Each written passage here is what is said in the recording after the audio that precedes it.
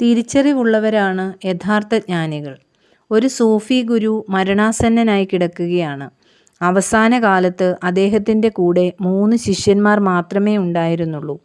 ഗുരു അവരെ സമീപത്തേക്ക് വിളിച്ചു പറഞ്ഞു, ഞാൻ ഇഹലോകവാസം വിട്ടു പോകാറായി.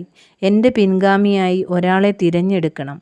ആ ഗുരുവിനെ കണ്ടെത്തുന്നതിനായി നിങ്ങൾ ഒരു കാര്യം ചെയ്യണം. എൻ്റെ പക്കൽ ആകെ സമ്പാദ്യമായി 7 ഒട്ടകങ്ങളുണ്ട്. അത് നിങ്ങൾ വീതിച്ചെടുക്കണം. ഗുരു തുടർന്നു, ഏറ്റവും മൂത്ത ആൾക്ക് ആകെയുള്ള ഒട്ടകങ്ങളുടെ പകുതിയും, രണ്ടാമത്തെ ആൾക്ക് അതിൻ്റെ പകുതിയും, മൂന്നാമത്തെ ആൾക്ക് രണ്ടാമന് ലഭിച്ചതിൻ്റെ പകുതിയും കിട്ടത്തക്ക രീതിയിലാകണം ഭാഗിക്കേണ്ടത്.